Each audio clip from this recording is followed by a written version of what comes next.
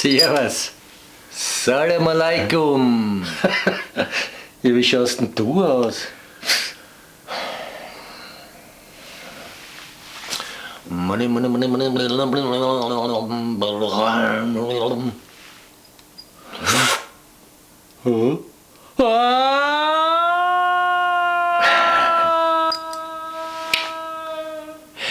Herzlich willkommen zu einer weiteren Folge von Zwei Wiener auf Reisen.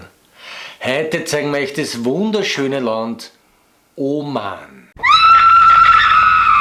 Oman? Ja, was ist denn das? Was gibt's denn dort? Ist es dort nicht gefährlich? Dort sind ja lauter Moslems. Was gibt's denn dort zum Essen? Na servus. Also mit solchen Reaktionen habe ich jetzt nicht gerechnet. Na gut, dann werde ich einmal eure Fragen beantworten. Erstens, das Sultanat Oman liegt im Südosten der arabischen Halbinsel. Dubai kennt sicher jeder von euch, oder? Und Maskat, die Hauptstadt von Oman, ist ungefähr eine halbe Flugstunde südlich davon. Ja, der Oman hat ca. 4 Millionen Einwohner und die werden alle von einem Sultan regiert. Und zum Sehen gibt es dort auch nur.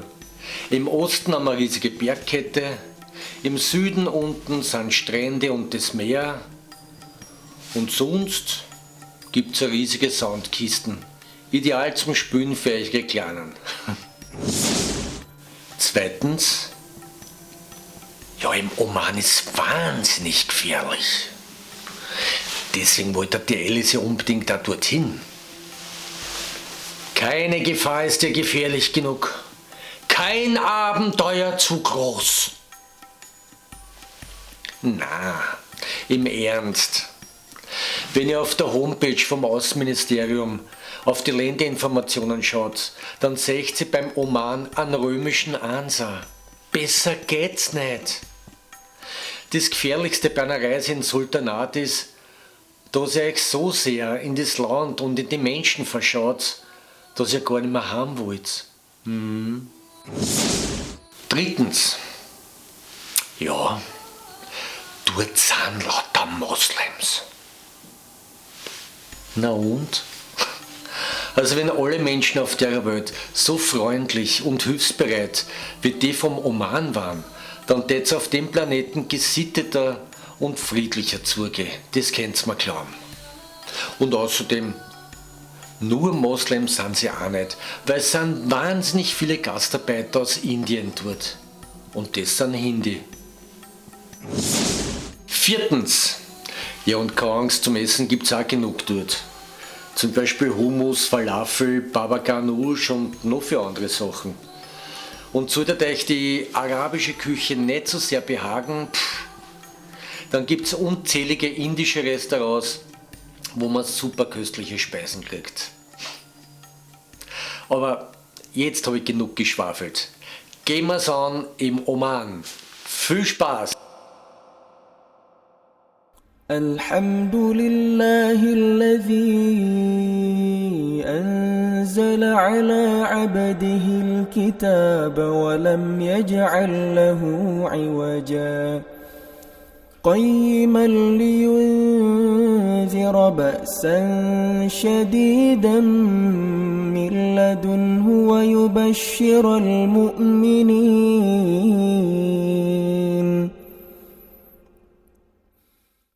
Bei der Reise waren wir ja mit einem ortskundigen Führer unterwegs. Andreas kennt ja den Oman sehr gut und ist noch dazu ein begeisterter Offroad-Fahrer. Durch ihn haben wir Land und Leute ziemlich gut kennengelernt und ehrlich gesagt sind wir ihm wirklich sehr, sehr dankbar dafür. Begonnen haben wir unsere Reise in der Hauptstadt Maskat.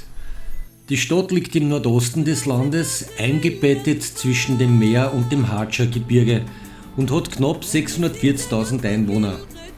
Maskat und ihre freundlichen Menschen haben uns sehr, sehr gut gefallen. Da zeigen wir euch jetzt ein paar Sehenswürdigkeiten.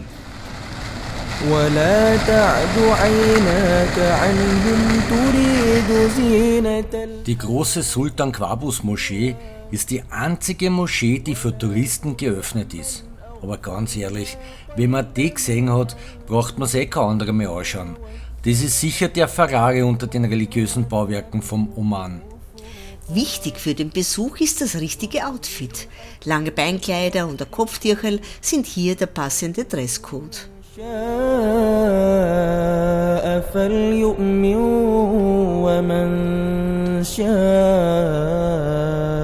فليكفر إنا أعتدنا للظالمين نارا أحاط بهم سرادقها وإن يستغيثوا يغاثوا بماء كالمهل يشوي الوجوه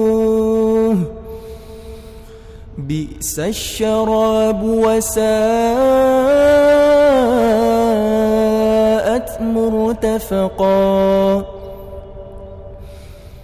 إن الذين آمنوا وعملوا الصالحات Die große Männergebetshalle ist ein Hingucker sondergleichen. Der darin verlegte Gebetsteppich, 70 x 60 Meter, gilt als ein Meisterwerk iranischer Teppichknüpfkunst. Mit mehr als 1,7 Milliarden Knoten wiegt der Teppich an die 22 Tonnen. Also das möchte ich nicht schleppen. Mehr als der Teppich hat mich allerdings der Luster beeindruckt. Er wiegt 8 Tonnen, misst 8 x 14 Meter, trägt 1122 Lampen und ist reich mit Swarovski-Kristallen behängt. Jetzt weiß ich endlich, was ich nächstes Jahr der Alice zum Geburtstag schenke. خضرا من سندس واستبرق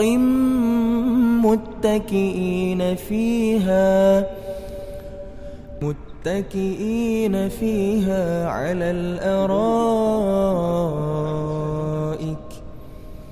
نعم الثواب وحسنت مرتفقا واضرب لهم مثل الرجلين جعلنا لأحدهما جنتين. Und nur ein kleiner Tipp, so wenig Leute sind nur in der Früh. Wer gern länger schlaft, der darf nicht menschenscheu sein. وجعلنا بينهما زرعا كلتا الجنتين آتت أكلها ولم تظلم منه شيئا وفجرنا خلالهما نهرا.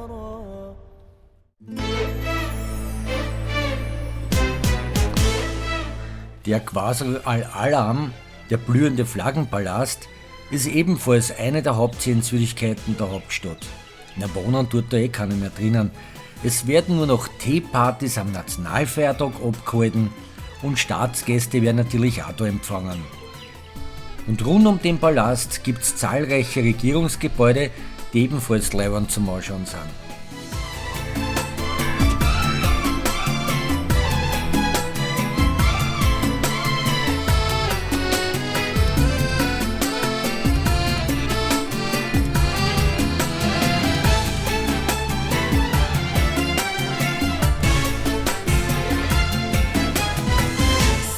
صدقت باللي حكالك راح تبعد عني ما ظني تنسى عقب فرقك وغيابك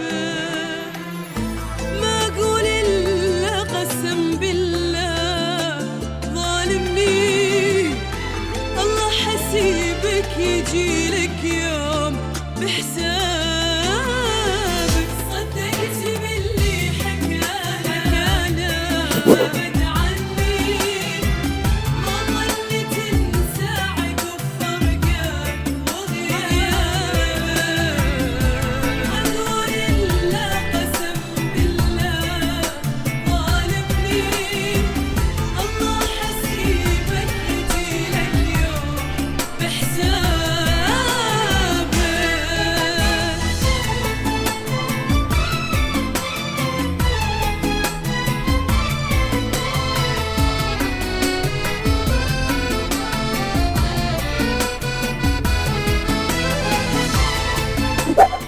Der schweißtreibende Aufstieg zum Fort Matrach lohnt sich auf jeden Fall, denn der Ausblick ist, also vor allem bei Sonnenuntergang, einfach zum Niederknien.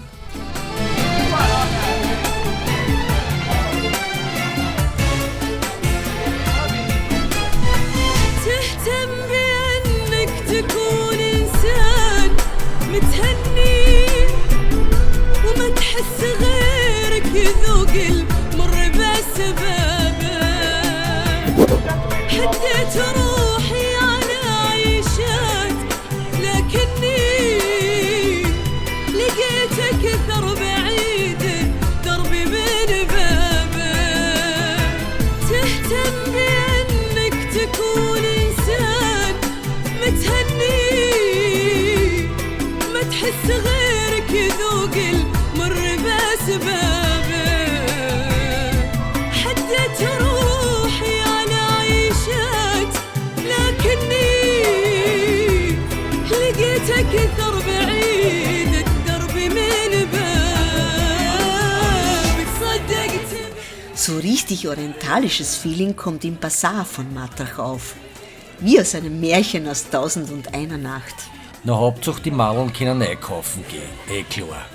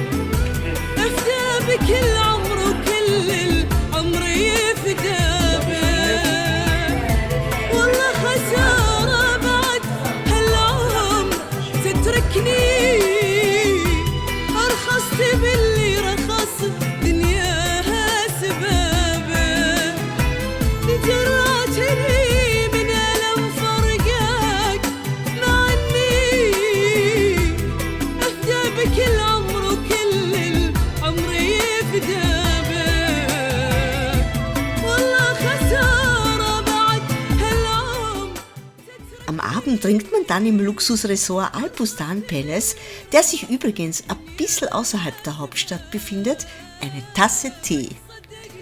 Man gönnt sich ja sonst nix. تبعد عني والله اني تنسى عقب فرقك وغيابك ما اقول الا قسم بالله ظالمني Der Oman gilt auch als die Wiege des Weihrauchbaumes. Und da die Qualität dort exzellent ist, steigen die Preise oft in schwindelerregende Höhen.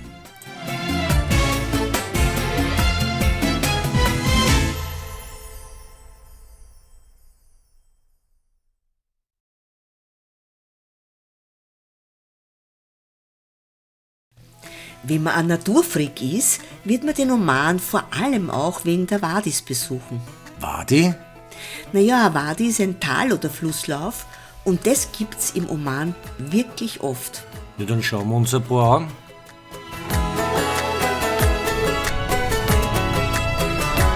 هذه بنت مخبر ومنظر هذه حسنها الله أكبر قلت أجي من هنا وأجي من Als erstes geben wir uns das Wadi Shab. Das ist nicht nur bekannt, sondern von Touristen regelrecht überlaufen. قلت أجي من هنا وأجي من هنا بس حظك إذا طلعت شر الحبيبة الحبيبة قلبها من يجيبه ظنيتها صيدة سهلة طلعت أكبر مصيبة Mit dem Boot kommen wir dann zum Ausgangspunkt von unserer kleinen Wanderung. أكبر مصيبة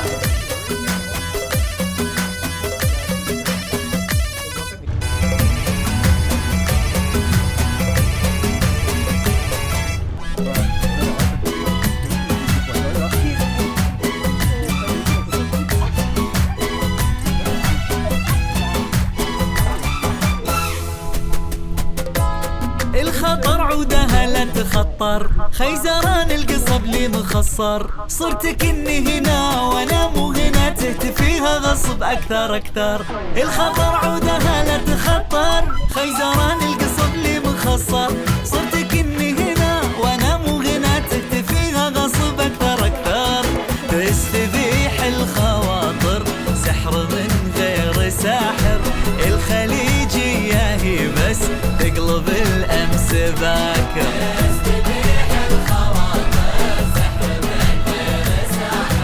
الخليجية هي بس تقلب الأمس باكر ومنظر الله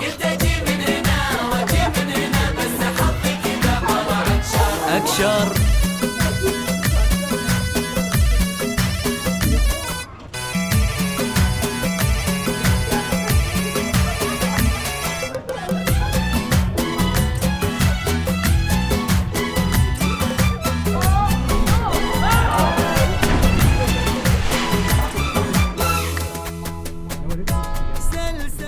Das wahre TV ist noch viel weitläufiger und wird auch bewohnt. لو ادور هنا وانبش هنا غيرها ماكو ملح وسكر سلسبيل الشهد يتشكر منها وفيها الملح يشكر لو ادور هنا وانبش هنا غيرها ماكو ملح وسكر لهجة الدل فيها والجرس في حكيها حكي شبه الجزيرة لايقين بس عليها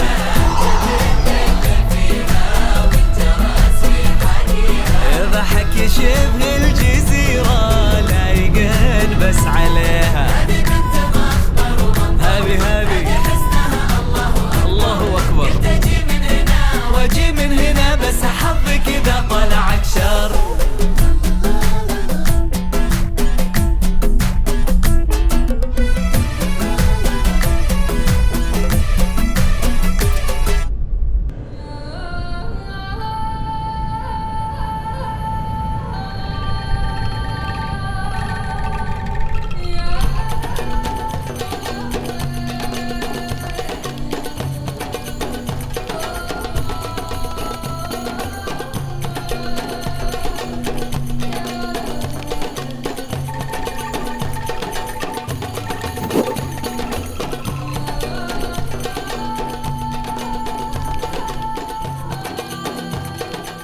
Das Wadi Bani Khalid liegt etwa 150 Kilometer südöstlich von Maskat.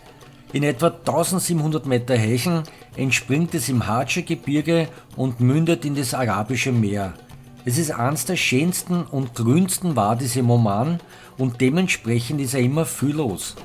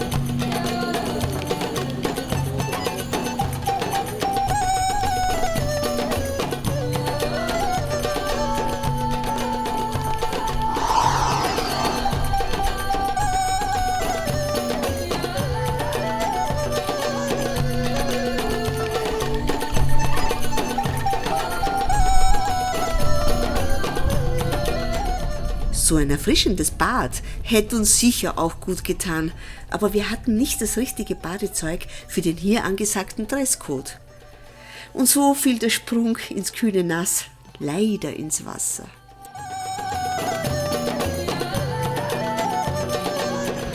Gut, scharf.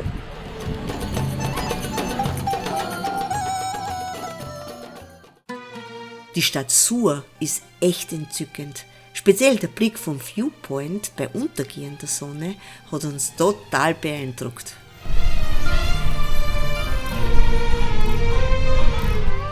Aber den Blick muss man sich erst einmal verdienen. الحزن حزني وسوايا سوايا يلي خذيت من العمر ما خذيته تزعل علي واستسمحك وترجاك هذا وغيرك لا زعل ما رجيت الحزن حزني والسوايا سوايا يلي خذيت من العمر ما خذيته تزعل علي واستسمحك وترجاك هذا وغيرك لا زعل ما رجيت اللي خذيت من العمر ما خذيت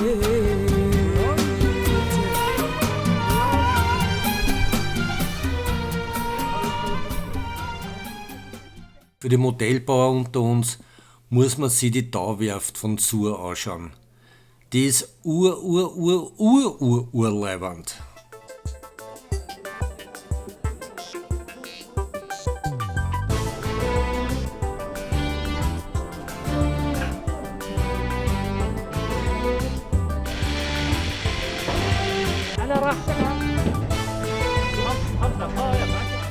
Den Arbeitern in der Schiffsfabrik, denen geht's so wie mir.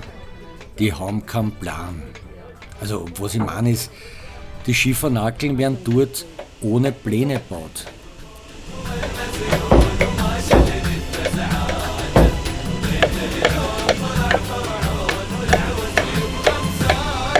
خطفني تدور بسحر العيون فسحني بنظراته ملكني بغم هو المزيون وما شلني بفزعاته بغيت العود طلع فرعون والعوز يبغى مزاته هذاك الشهر في ليل القمر غنيت داني داني نشدت البدر نشدت السمر عن صاحب البطران رسلني بحر بلي ظهر وعود انا العطشاني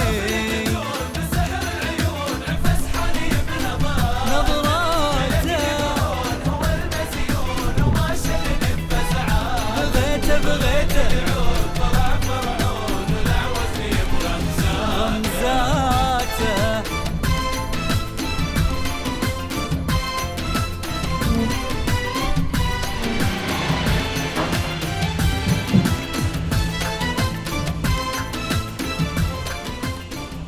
Da die Aufträge für die großen Schiffe immer weniger werden, produziert die Werft jetzt verstärkt Modellboote, also für den kleineren Geldbeutel.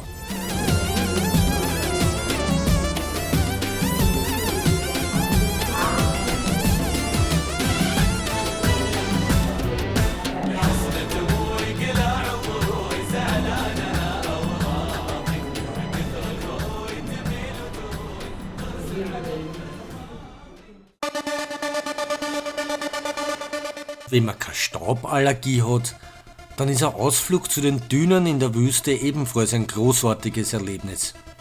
Es reicht ja schon, wenn man zu den ersten Ausläufern fährt. Man hat trotzdem einen grandiosen Blick. Und mit ein wenig Glück erregt man auch die Aufmerksamkeit von ein paar neugierigen Einheimischen Solche Begegnungen bereichern wirklich jede Reise. und füllen die Speicherkarten der Kameras. You're very nice. Eine Schönheit. Eine kleine Schönheit ist sie. Und so lieb. عادي يقدر انا هذا هم Die anderen sind ja auch so süß. You want to see?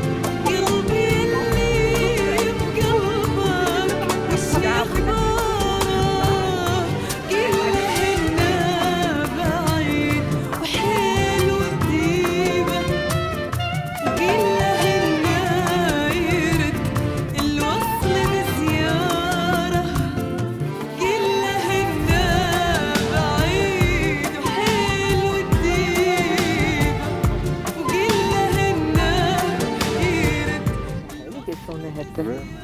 Naja, kein Wunder, ist jetzt die letzte Sonne im Jahr. Ah, die letzte Sonne, also da, ja. Das ist die letzte 2019er Sonne. Die sind alle vorgehen, höchstwahrscheinlich. Also ich gehe das dann irgendwann.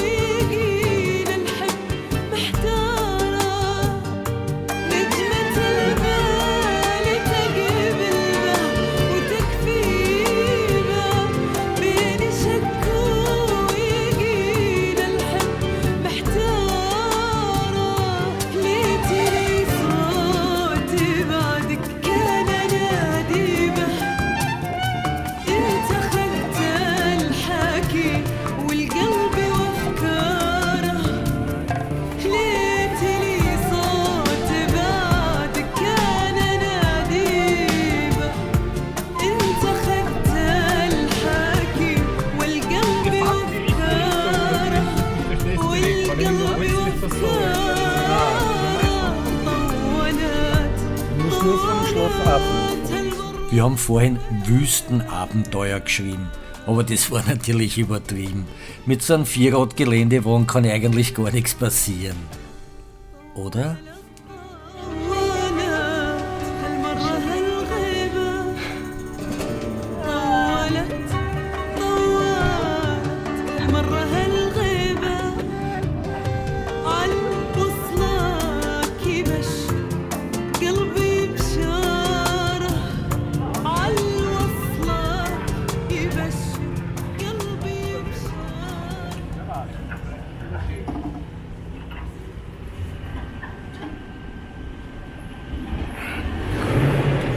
Nein, da tut sich gar nichts, nothing. Nein.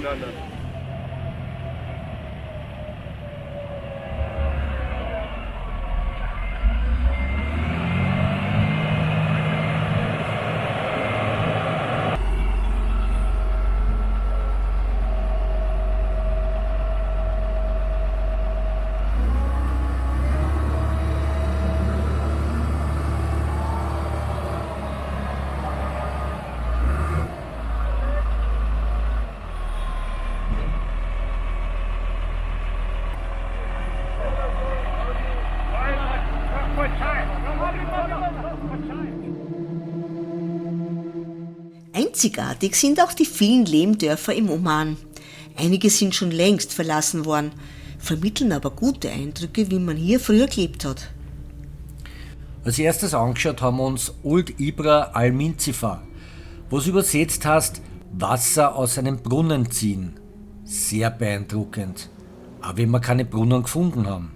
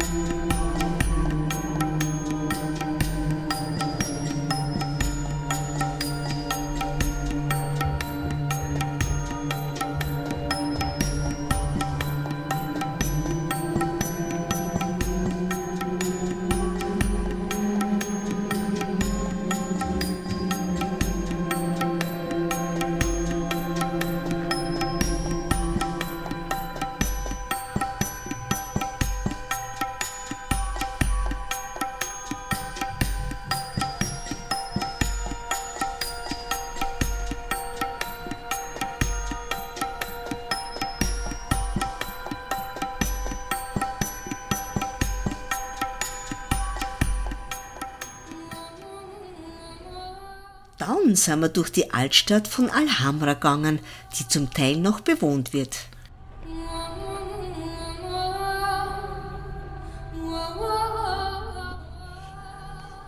Ja, jetzt sind wir da in der Altstadt von Alhambra. Hambra, Hambra. Hammers. Lauter Lehmbauten, zum Teil verfallen, zum Teil schaut es aus, als war gerade jemand ausgezogen, vor 2 Jahren. Aber es ist ein Traum. Traum für Fotografen, Traum für Filmer, einfach ein Traum. Ja, und ich komme mir ein bisschen so vor, als würde ich durch eine Zeit durchgegangen sein und im Mittelalter gelandet sein. Also es ist wirklich wie verzaubert. Also ein Mittelaltertraum. Ein verzauberter Mittelaltertraum.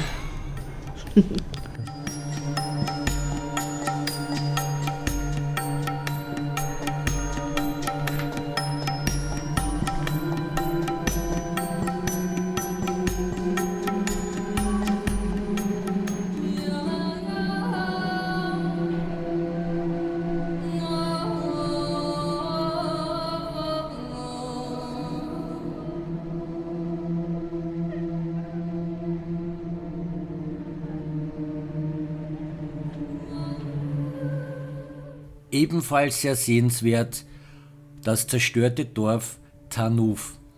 Während des Jebel Akça-Aufstands Ende der 50er Jahre, als sich ein abtrünniger Imam gegen den damaligen Sultan gestellt hat, zerstörte die englische Luftwaffe auf Wunsch des Sultans den Ort fast vollständig. Zum Glück hat man die Bevölkerung vorher gewarnt und so gab es kaum Opfer.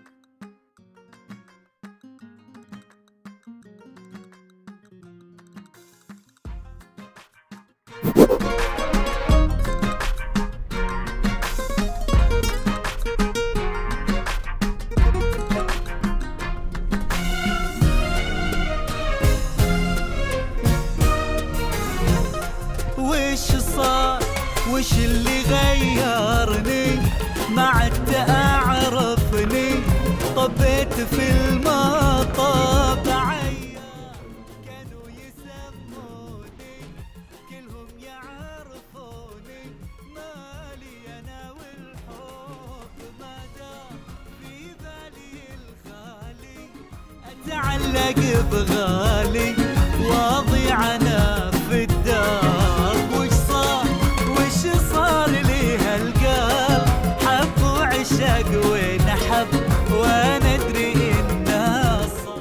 Geht's lieber nach oben, da hat man dann auch einen schöneren Ausblick und das bei frischer Luft.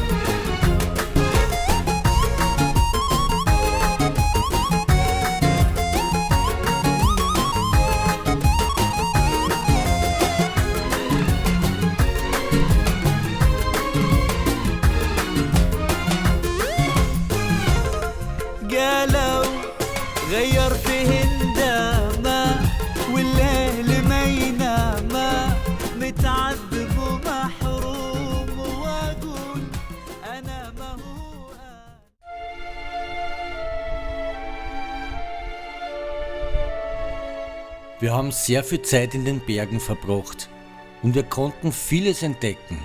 Einsame Täler, verlassene Bergdörfer und überlaufene Wanderwege. Das alles gibt's in den Bergen vom Oman.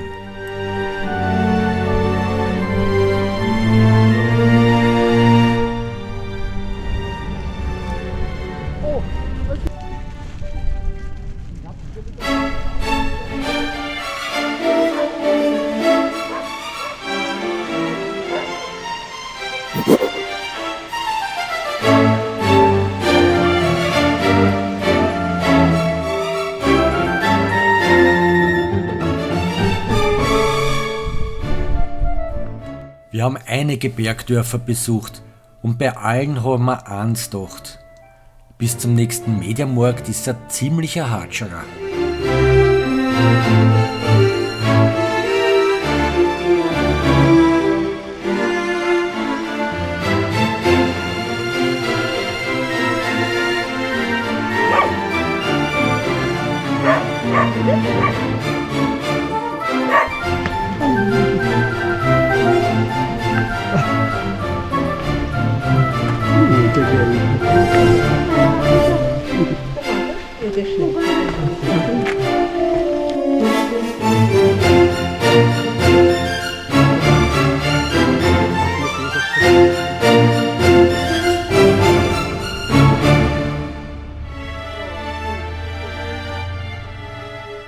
Am Jebel Akçat im Grünen Berg gibt's tolle Offroad-Strecken und herrliche Wanderwege.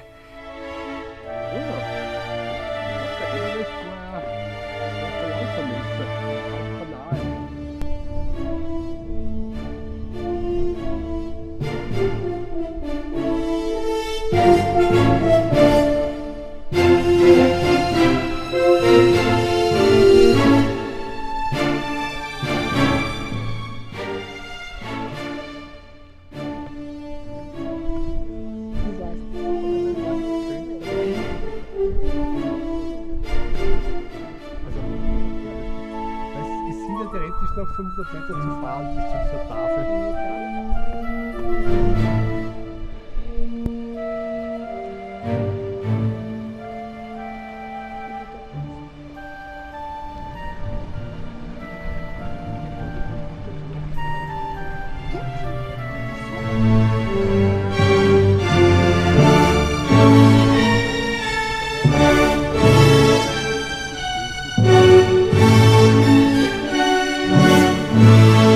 Das habe ich jetzt da.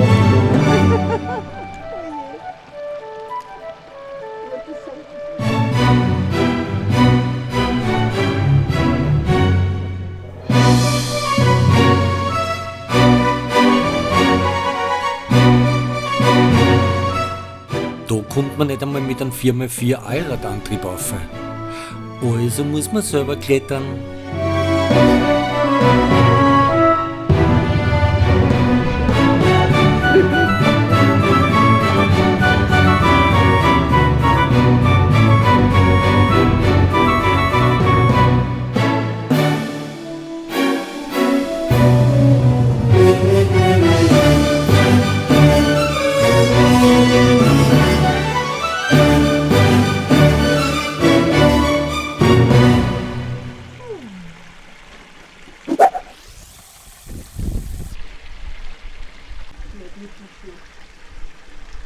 Was war das schön?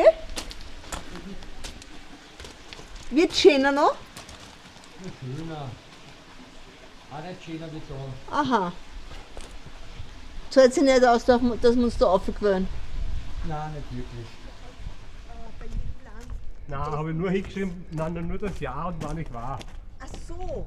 Nicht Ich mehr. glaube, du hast noch dazu die Tipps, wo man hinfahren sollte oder so, falls du wieder hinkommst.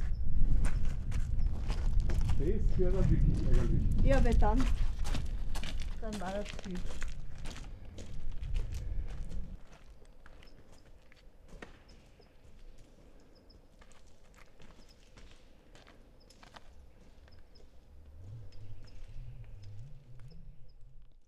Oh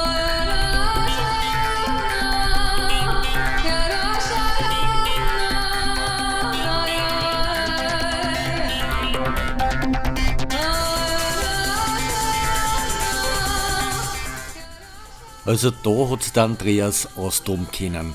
Wirklich wahr.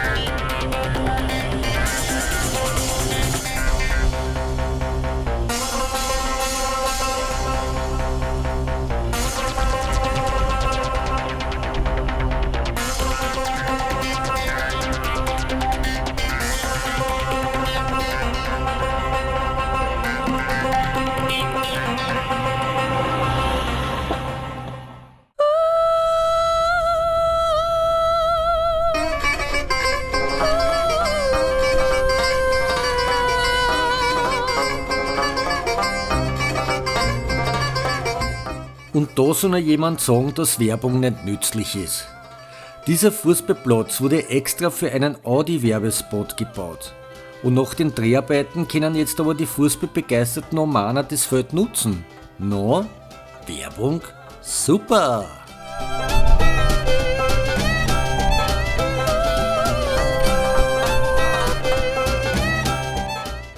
Ich weiß zwar jetzt nicht, wo wir da genau waren, aber eins weiß ich ganz genau. Schön war's.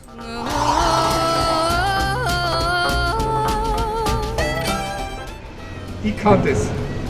Aber wenn es nicht geht, hätte er mir helfen lassen.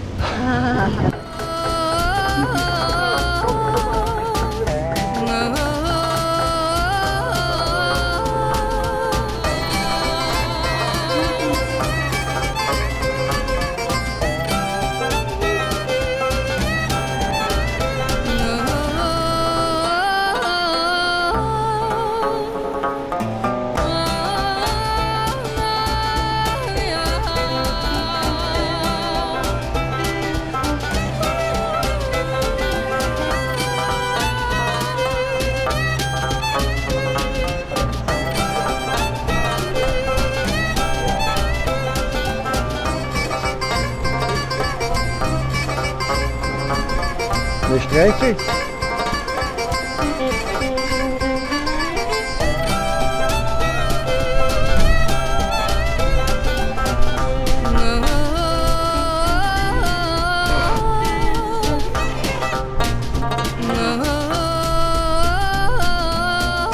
Komm, mach Platz. Jetzt mach Platz.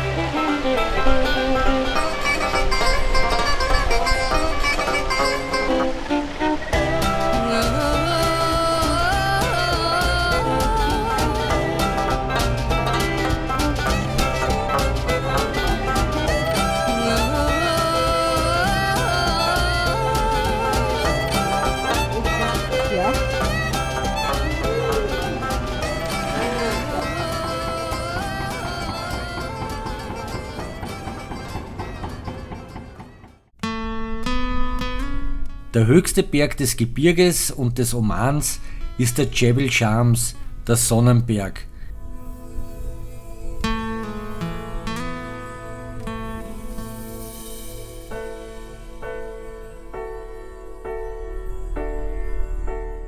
Der Gipfel ist zwar für Touristen gesperrt, aber die ganze Gegend ist ein Paradies für Wanderer.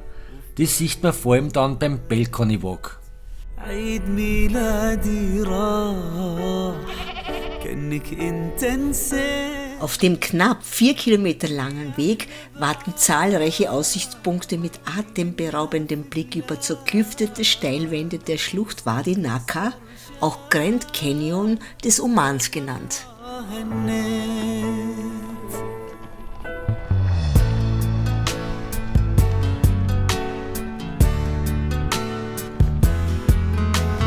أخباري وياك تعرفها بتفاصيل عني ما يخفاك كيف أعيش الليل أدري مش ملزوم فيني بعد اليوم بس ما بتخسر شاي لو مرة هنيت بس ما بتخسر شاي لو مرة هنيت.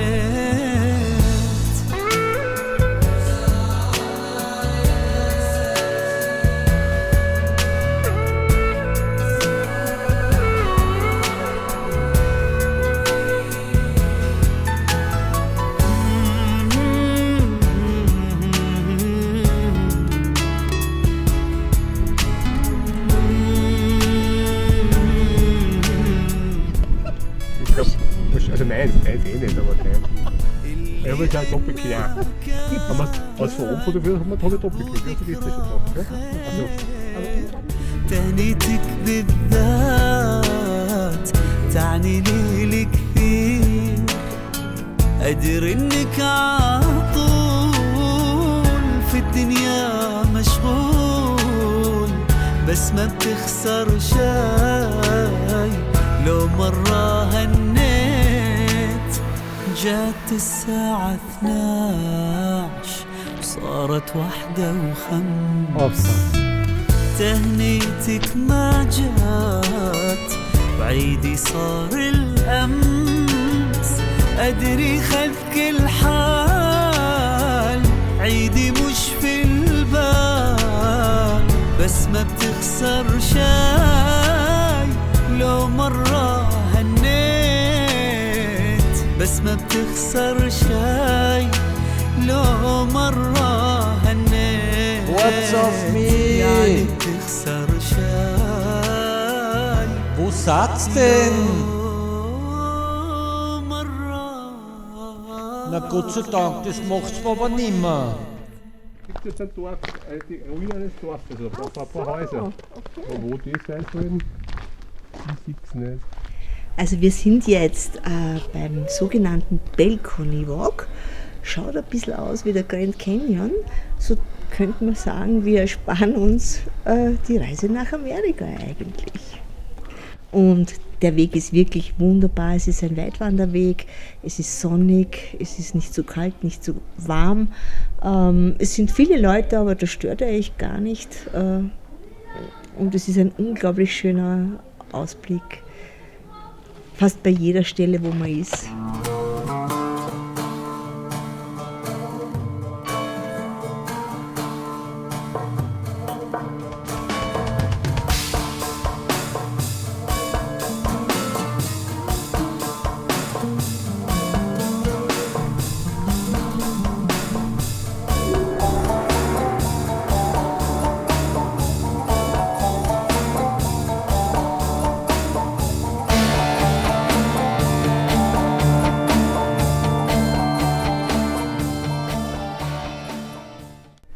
Das ist einfach ein Traum da. Ich liebe solche Wege wie den Balcony Walk. Man sieht eine tolle Landschaft, man sieht tolle Menschen, vor allem wenn man hinter seiner Frau geht. Und wir müssen aber jetzt wieder zurückgehen, weil sonst kommen wir spät zum Abendessen. Und das wird ganz schön lang noch. Genau, wir müssen nämlich viel essen. Ich meine, lang gehen. Circa 2 Stunden jetzt. Okay. Die Schnochern, die Schnochern, die Schnochern, die Schnochern.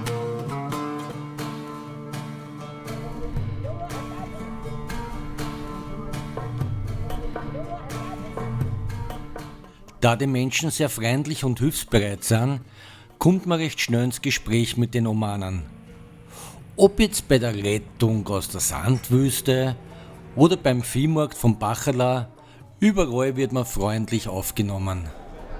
Und beim Gemüsemarkt, da geht schon ein bisschen geschäftiger zu, wie zum Beispiel bei unseren Märkten.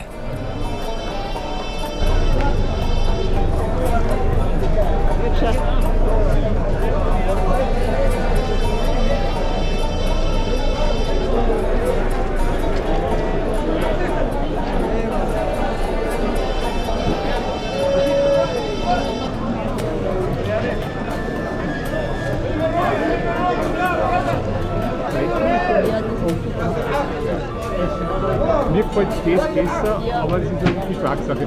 Jetzt der Mädel dann 2017.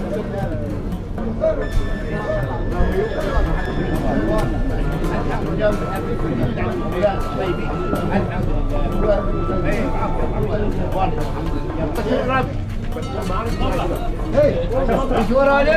Mercenismus ist schon schön. Aber es ist halt, nein, es ist halt auch so, es ist renoviert.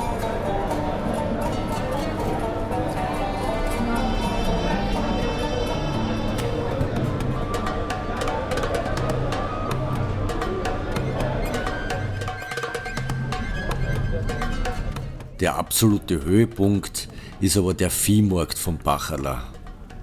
Das ist wirklich ein arabisches Märchen.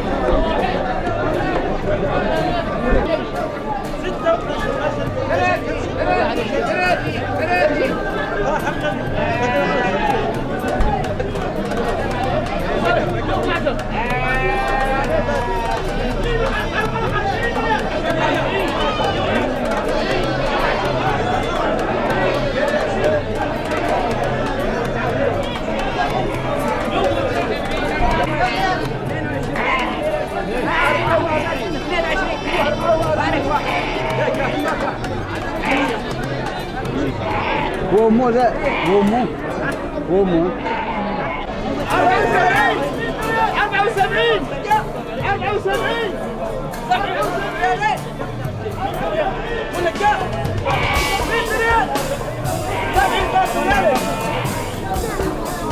70 ريال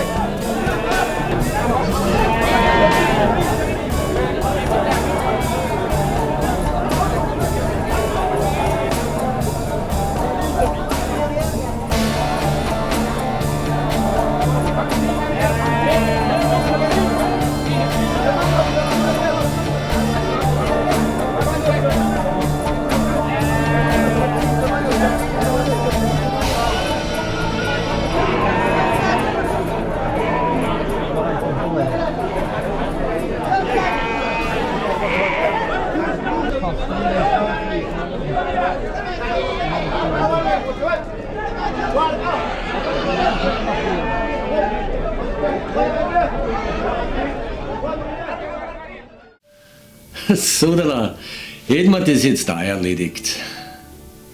Servus! Servus! Setz dich her, dann sind wir mehr. Wie schaust denn du aus? Na, super Styling. Gefällt mir. Wirklich? Danke. Das hat meine Mama besorgt. Ich halte jetzt gerade die Abschlussmoderation für unseren Film. Willst du vielleicht auch irgendwas sagen? Ja, leider muss ich aber sagen, weil der Sultan vom Oman ist ja kurz nach unserer Abreise gestorben. Was? Das ist schrecklich. Und das bringt mir ein bisschen zum Nachdenken. Weil kannst du dich erinnern, 2016, wie wir in Thailand waren, ist kurz nach der König von Thailand gestorben. Und jetzt der Sultan? Wir werden ja kein schlechtes Karma für Staatsoberhäupter in die Länder bringen, wenn wir verreisen, oder? Andererseits, vielleicht will irgendjemand uns eine Reise nach Washington DC oder nach Moskau finanzieren, Vergiss es, die zwei waren doch ziemlich krank schon. Also dann hat das gar nichts mit uns zu tun. Na, aber mir tut's trotzdem leid um beide, denn beide haben sehr viel getan für ihr Land. Der Sultan zum Beispiel hat das Land aus dem Mittelalter in die neue Zeit geführt. Das ist richtig. Der hat wirklich viel gemacht für das Land und für die Leute dort. Was hast du denn da? Das ist eine Wunderlampe. Die habe ich mir auch im Oman besorgt. Und da habe ich vorhin den anderen Mann die eine verzaubert, weil er mich schon wieder so genervt hat. Aber jetzt sollte ich ihn eigentlich wieder rauslassen. Oder was meinst du? Soll ich ihn aus der Lampe befreien? Naja, muss eigentlich gar nicht sein. Was meinst du denn ihr? Soll ich ihn rauslassen? Nein, auf keinen Fall. Bitte nicht. Na gut, dann bleibt er drin. Viel Spaß noch!